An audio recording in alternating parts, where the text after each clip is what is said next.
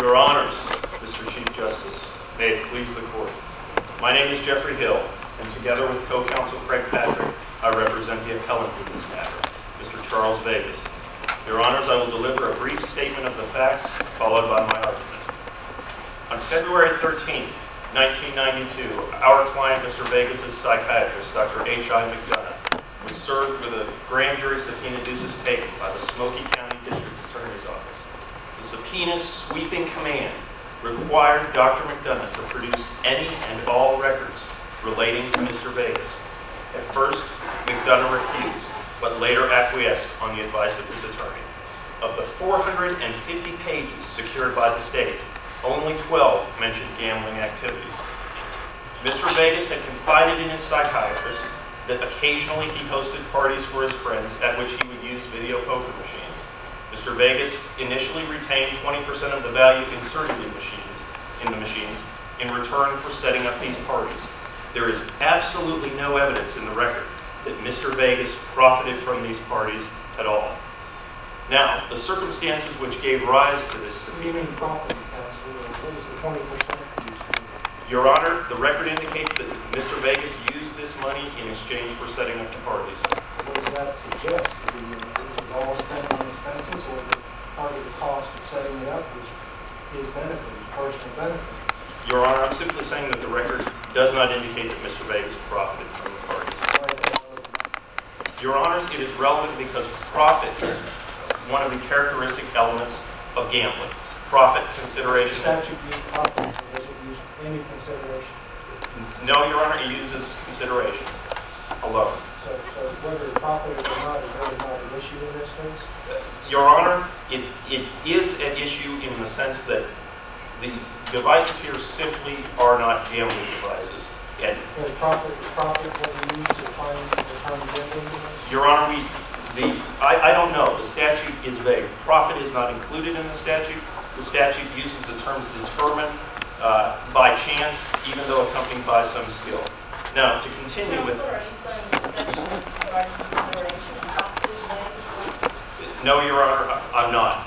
We will simply argue that the words determined by chance and even though accompanied by some skill in the statute are vague. But that section's not vague. Yes, it is, Your Honor. Now, to proceed, the circumstances which gave rise to this intrusive subpoena began when Smoky County District Attorney Celine Barnett was acting at the behest of an irate family friend, began investigating Mr. Vegas. She discovered, in fact, that he had prior convictions in Kansas for gambling crimes and assigned 2 plainclothes police officers to shadow Mr. Vegas. Your Honors, they observed nothing more inculpatory than that Mr. Vegas had gone to see his psychiatrist. Nonetheless, Barnett served the psychiatrist with the grand jury subpoena ducis tecum. Mr. Vegas was arrested at a local arcade, Dave & Buster's, without incident, and was tried. At trial, Mr. Vegas properly moved to have the gambling devices that were confiscated at his house by the Breezy City Police after his arrest, and the psychiatrist records suppressed as the fruits of an illegal search and seizure. Mr. Vegas appealed his conviction, for which he was sentenced to 8 years in prison and the maximum fine of $10,000. The Elsa Court of Appeals, over Chief Justice Rogarino's vigorous dissent, upheld the conviction. Mr. Vegas moved for rehearing. The motion was denied.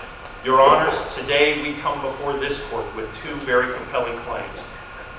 The first, which I will argue, is that the Texas gambling statutes are unconstitutionally vague as applied to Mr. Vegas. The second, which co-counsel Patrick will argue, is that the state's improper use of a grand jury subpoena ducis tecum to develop probable cause in this case violated Mr. Vegas' state and federally protected constitutional rights. Your Honors, I will demonstrate first that the statutes criminalizing possession of a gambling device are unconstitutionally vague as applied to Mr. Vegas because they are susceptible to a multiplicity of interpretations. Is your position, counsel, that any time a couple of lawyers can disagree as to the construction of the criminal statute that's unconstitutionally vague? Your Honor, indeed I think that lawyers can disagree, but that, to my mind, is some evidence that the statute may be vague. The standard articulated in a United States Supreme Court case, Lanzetta versus New Jersey, is that when Men of common intelligence must guess at the meaning of a statute and differ as to its application. Isn't there a difference between having to guess and having a good idea that it means one thing or another? Your Honor, there is, and in this case, I think that would be a question of degree. But I will demonstrate that the opinions of the attorneys general in this case are so disparate that there is no way this could be a mere... But there is a difference then between a statute that is unconstitutionally vague and one that is simply in need of judicial construction. Yes, there is, Your Honor. Why isn't this the latter, one that is simply in need of judicial construction? Your Honor, this statute is not the sort of statute that is in need of judicial construction, because if this court undertakes that sort of measure, it will be usurping the powers of the legislature. How would we be doing that if we construe that in accordance with legislative intent, which is the way this court construes statutes? Your Honor, I don't believe that this court could adopt a construction that would sufficiently determine what the legislative intent was in this case. We simply don't know from the terms that exist in the statute at present what the legislature intended a gambling device to be. Now, Your Honors, the statute, as I said, is subject to a multiplicity of interpretations. Well, isn't that what legislative history is for, and changes in the law, and looking at amendments to legislation to try to determine therefrom what the legislature intended? It certainly is, Your Honor, and in this case, the legislative history is equally unavailing. In 1974, the statute was amended from a statute which required the application of an element of chance rather than determined by chance.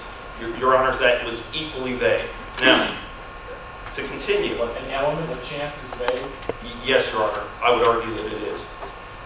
Well, how so? It seems pretty clear. If there's an element of chance, it's a gambling device. Again, Your Honor, an element of chance is vague because we don't know how much an element really is, how much chance is required. Now, the terms we challenge in this statute... Counsel, it sounds like you're basically, so far, saying that what I'm drawing from it is that it would be very difficult for the legislature to be sufficiently precise on the view of what precision means. What would a sufficiently precise statute in this case look like? Your Honor, I think a sufficiently precise statute in this case, and I would note in that connection that in Collinger v. Lawson, Justice O'Connor discussed whether a statute can be made more precise as one of the essential elements in the vagueness inquiry. But to return to the question, I would suggest that the statute could have simply laundry listed types of gambling devices, and that would have given... Isn't that precisely what the rules of statutory construction indicate legislators are not obligated to do? Well, not necessarily, Your Honor. For instance... Well, what does not necessarily mean? I mean, are you telling us that they need to list 15 machines that they believe are impermissible, and then someone will invent a 16th, and so they amend the statute to add the 16th, and someone will invent a 17th, and they need to add a 17th? That seems like an awfully inefficient way to legislate. Your Honor, I am telling you simply that the legislature must tailor the statute in accordance with the sort of crime that it is attempting to deter.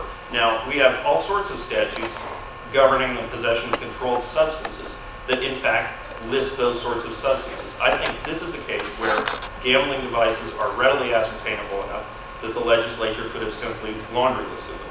Well, Counselor, even if the legislature does laundry list, certainly it would have to be an exemplary list and not an exhaustive list. So the legislature would also be required to put some sort of standard in the statute so that we would know in the future what new machines would fall under this, and we run into the same problem again.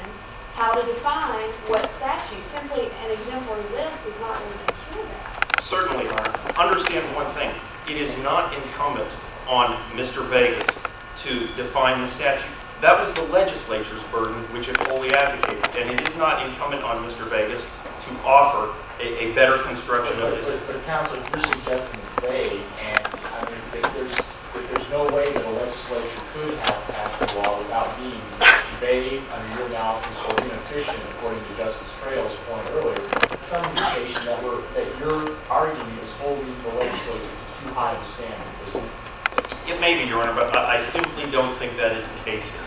The legislature in the State Lottery Act was able to laundry list certain types of devices, and I think that would have been appropriate here. Is there a possible construction from this statute under which your client would be guilty? Certainly, Your Honor, if determined by chance were construed to mean 70% chance, or really anything but mere chance. Is that a reasonable construction determined by chance, 70% chance? Your Honor, we don't need to draw a bright line. The point is that under any interpretation other than mere chance, my client simply is not guilty. Now, there But are... Counselor, even What about, sorry, Counselor, even if you add in a percentage, my understanding of this machine was that the element of chance was determined largely by who was standing in front of the machine. And surely that can't be the case, that the device is only a gambling device depending on who is standing in front of it and how skilled they are. Indeed, that cannot be the case, Your Honor. But the testimony of A.B. Summerman, the state's expert, indicates that the worst possible player plays this game at a level of 51% chance, 49% skill. Now, as you point out, we simply cannot base the statute on the player standing in front of it. So, under a preponderance type analysis, only the worst player would satisfy the statute. Counsel, doesn't that mean that since the machine has the capacity to be determined by chance, it falls within the statute? And as you indicated, it simply is not functional to have the machine occasionally be a gambling device and occasionally not be a gambling device. So it seems to me that a reasonable construction of the statute is if there is a scenario under which it fits, where the outcome is determined by chance, Mr. Summerman's testimony, then the machine is a gambling device regardless of the skillfulness or relative naivete of the player. Your Honor, to reiterate, the only interpretation that will completely capture my client is a statute interpreted to require mere chance alone.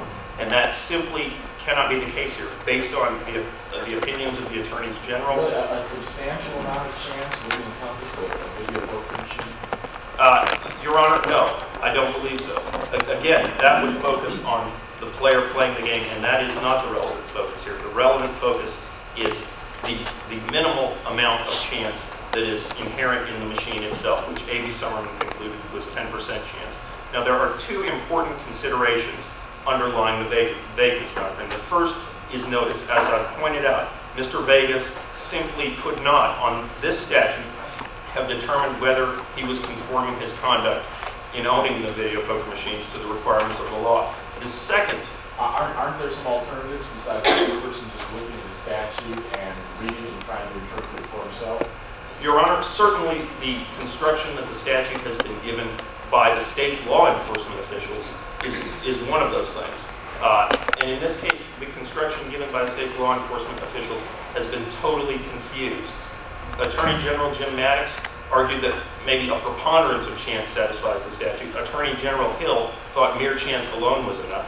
And a judge, Wallace Moore, in the 184th Judicial District, thought that preponderance satisfied the statute. Counselor, is there any indication in the record that your client tried to find out what the meaning people thought?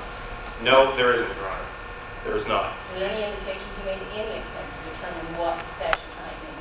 No. May I briefly conclude? We would therefore ask that this court reverse the conviction of Mr. Vegas. Thank you.